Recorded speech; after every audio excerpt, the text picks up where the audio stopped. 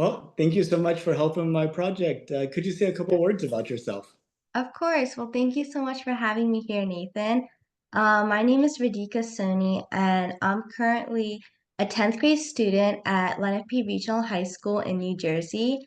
I'm passionate about psychology and medicine, and I'm also a youth digital detox advocate where I focus on educating parents about the negative effects of social media as well as screen time on teenagers.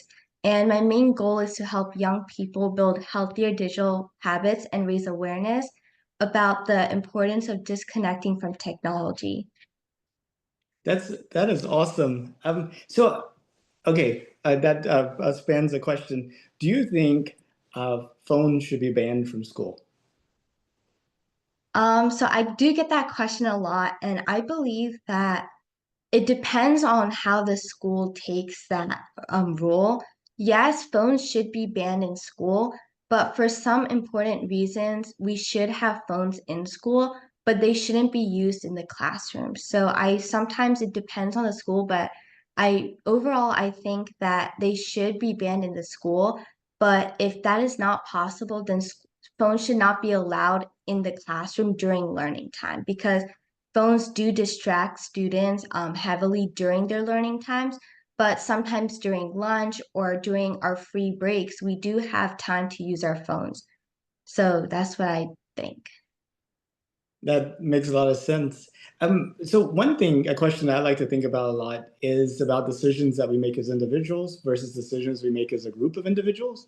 And whenever it comes to choices and making healthy choices, uh, how do you think about that? Like how much of it should be left to people to make their individual choices, even if they may look bad, but kind of recognizes them as a person to choose versus trying to make the choice as a group. I was kind of curious in what you thought about that. Well, that's a great question. So I think that people should definitely make their decisions based like independently, based on how they are or based just on themselves. And I feel like especially in teenagers currently, literally I feel like 80% of the teenagers right now are making their decision based on their peers, because of peer pressure or just because of they care about what their peers think about them. They want to make sure that their peers think good about them or like very high of them. So I definitely feel like especially in teenagers or even just people in general, we should all just base our decision making based on ourselves. We shouldn't think about what others have to say about that because we should know that whatever decision we're making should be for our benefit, should be for our good. But you know that peer pressure also works in the opposite direction as well, because a lot of times I don't care about the way my front yard works or looks, but I might care that, you know, it kind of fits in with the neighborhood and that my neighbors are okay with it. And so that kind of drives me to take care of my front yard, even when I may not want to, which I think may be good overall. Yeah, so there are two different types of peer pressures. I agree with what you're saying. For usually what is most common in teenagers, after reading many articles, I found that for teenagers, the most common peer pressure is the negative type of peer pressure, where they get infused with negative habits. Whereas positive peer pressure is most common in adults because, as you said, motivation. They get motivation by seeing what their peers are doing, what is something unique or different they're doing. So I feel like it varies because of the age group and what type of peer pressure it is, but I feel like it just depends on everyone around you. I guess in terms of educating people, what do you find is the most effective way to talk about these topics and bring it to to bring it up in discussions? Yeah, so for parents, generally I ask them what main problem they see in teenagers when it comes to phones, social media, and screen time. And most parents do say that, oh, my kid is stuck on the phone 24/7. Whenever I ask them, oh, how was school? All they say is good. We don't talk, there's no communication, especially at the dinner table. They keep their phones on in their bedroom, they're up until late. So there's no communication there. It doesn't feel like a full family. So when once I get to know their problems, and most of the time the problem is the same for most of the families because the problem is social media and screen time, and they have many negative effects on teenagers. So once I figure out the problem there, then that's when I give the solution to the parents on how we should sustain phone usage um, for their teenagers, whether it's not bringing up to the bedroom or having a special limited time to use their phones. That's amazing. Um, do you remember when you first got interested in this topic?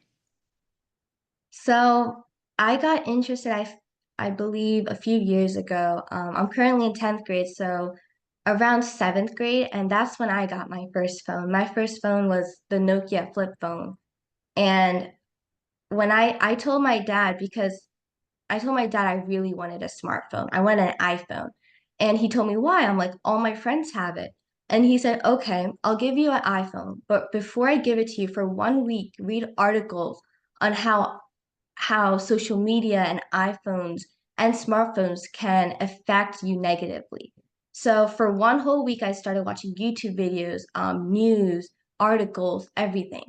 And then after 1 week, my dad came back to me. He's like, so what do you think? Do you still want an iPhone? And I told my dad, no, I'm fine with the flip phone because all I need to do is communicate with my friends and family. So after that, I got more and more interested. It started as a passion project at my high school and when I was a freshman, and I gave a presentation to all the teachers about it. So that's when my interest started rising. That's amazing. And that sounds like an area that's going to be, um, really important for a while, how tools affect us and shape us. I mean, it's important to think about kind of like the effects on ourselves of using certain tools. Yes, I agree. Well, I had some questions about space I wanted to ask you. I guess first off, did you know that NASA is planning to send astronauts back to the moon? Yeah, so I am aware of NASA's, I believe it's called the Artemis program, and I think it's amazing. I think it's a huge step forward in understanding the moon and like how it's evolved. And it's amazing to see how humanity's drive to push boundaries like this. It's fantastic. And I believe that this mission could open up many doors to new possibilities for exploring the moon as well as other planets like Mars and beyond. And I find it very inspiring because it can inspire many future generations of scientists and astronauts. And I feel like this goes into every other field as well. And I did like a little bit of research and I was reading the news a while ago. And I found out that the last time we sent a NASA astronaut to the moon was, I believe, in 1974. And it's 70. just 1972. And I just think it's crazy that currently we're in 2024 and the last time we sent an astronaut to the moon was in 1974. I believe his name was Eugene Cernan. I'm not sure if I'm pronouncing that right. But yeah, he was the last person to walk on its moon. And since then, we haven't sent anyone back. So I strongly believe that the Artemis project is really exciting. And I also think that the plan now is not just to explore the moon again, but is to create a sustainable presence, like on the moon, which is a giant leap forward. But I also, like that said, before taking this huge step, I think that NASA needs to make sure and ensure the astronauts' safety, as well as like life support and symptoms, or also like long-term sustainability. Because right now, two NASA astronauts, their names are Sunita Williams and Butch Wilmore. They're currently stuck in space after that mission. And I believe that mission was supposed to be an 8 day long mission, but it's been around 6 months, I believe. And it's a tough situation, and we're all hoping that they're okay and praying for their safe return. But before they take this giant leap, I think NASA needs to take this into account and consideration before sending more people to space. But I truly believe that they'll be able to tackle this problem down. And overall, I think it's just a fantastic idea that they're trying to plan. They're trying to send more astronauts back to the moon. That's awesome. You know, it's interesting to see the way Butch and Sonny's ventures have been covered in the news and sort of like the perception that's created among people. It's fairly common for astronauts to spend 6 months on the International Space Station at the time. Whenever they had gone up there, they were testing a new spacecraft, and it had a few more problems than NASA is comfortable with having them sent back on. So the next um, uh, crew that they sent up, instead of sending four, they sent two, and they decided to just have Sonny and Butch come back with them instead of coming back earlier. So it's kind of Well, that's yeah. so when you think about where it might lead to um, do you see a future where humans are living on other planets and having, you're having people at the first Martian high school talking about how important it is to kind of detach from social media and stuff at some point in the future? Yeah, so I definitely think that living on multiple planets like Mars is a possibility in the future, but I strongly believe that's going to take a lot of work and collaboration. And if I had to guess, I would guess that we could probably see a sustainable settlements on Mars. I'm guessing 50 to 100 years. I'm not exactly sure, but that's just a wild guess. But there are definitely big challenges to overcome before they take this step, like radiation or life support systems, and also the psychological aspect and the effects that they have on the long-term space travel on humans. But with the progress that we're seeing, I think that is like possible, 100% possible because companies like SpaceX, led by Elon Musk, they're moving at an incredible fast pace. And I feel like also Musk has he has a way of getting things done quickly. And other companies like I believe it's called Blue Origin, they're also trying to um, look into the research part of it of sending people or having a colonization on Mars.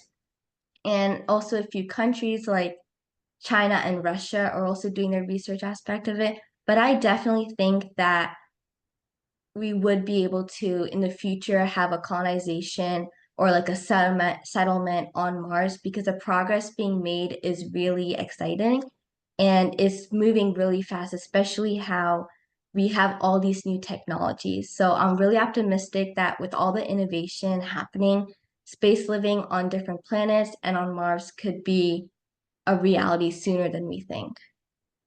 That's awesome. And if you could, would you take a trip to space? Of course, absolutely. If I had the chance, I would just love the experience of space travel, even if it's just for a short trip. I think it would be fabulous. And with companies like NASA, SpaceX, and Blue Origin, they're making big strides in space exploration. So I think it's definitely possible that they would be able to send um, like short trips for people to go see space and but like I mentioned, I feel like before they take these steps, companies first need to ensure the safety of the passengers and also that the technology is safe and sustainable. But I feel like I would definitely love to take the trip to space travel. Do you think you get to the point where you feel safe enough and affordable enough in your lifetime for you to take a trip? Yes, if it was safe enough and affordable enough as well, I would just go without thinking. I feel like it would be a great experience, especially exploring something outside of Earth and seeing how our world is different.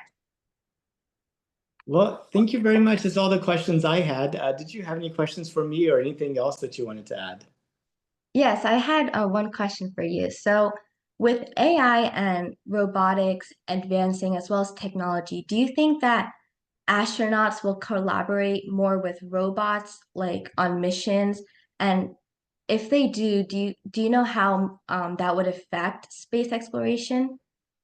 Yeah, I think robotics and automation and AI is going to be key. I mean, we can send sort of the equipment to Mars to find all the resources, mine those resources, build a city, make it really nice, and then send to people, which may be kind of a neat thing to do. Or, I mean, the great thing about robots is you can put them to sleep and wake them up.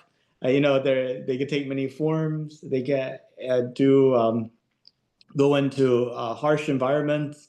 If you lose a couple, you don't feel too bad about it.